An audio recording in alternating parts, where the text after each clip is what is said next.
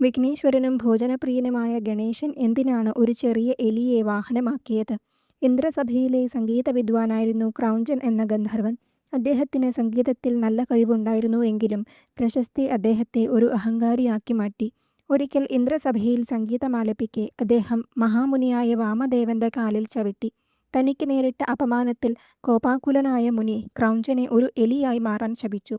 ദിവ്യത്വം നഷ്ടപ്പെട്ട ക്രൗഞ്ചൻ അസാധാരണ വലിപ്പമുള്ള ഒരു എലിയായി മാറി. ഭൂമിയിൽ ചുറ്റിനടന്ന വനങ്ങളിലും ഗ്രാമങ്ങളിലുമൊക്കെ കുഴപ്പങ്ങൾ സൃഷ്ടിച്ചു. ഒടുവിൽ ക്രൗഞ്ചൻ ഋഷിമാരുടെ ആശ്രമത്തിലെത്തി അവരുടെ വസ്തുക്കൾ നശിപ്പിച്ചും ചെടികൾ പിഴുതെറിഞ്ഞും ആശ്രമത്തെ അശാന്തമാക്കി. സഹികെട്ട മുനിമാർ ഒത്തുകൂടി ഗണേശനോട് പരിഹാരത്തിനായി പ്രാർത്ഥിച്ചു. അവരുടെ ഭക്തിയിൽ പ്രീതനായ ഗണേശൻ ക്രൗഞ്ചന്റെ അഹങ്കാരത്തിന് അറുതി വരുത്തുമെന്ന് മുനിമാർക്ക് ഉറപ്പു നൽകി. ഭഗവാൻ തന്റെ പാശം ഉപയോഗിച്ച് ക്രൗഞ്ചനെ ബന്ധിച്ചു.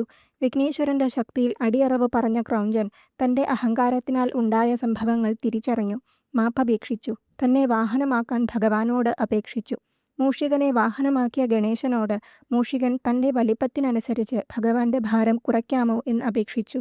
ദയാലുവായ ഭഗവാൻ തന്റെ വാഹനത്തിനു വേണ്ടി അതും സമ്മതിച്ചു.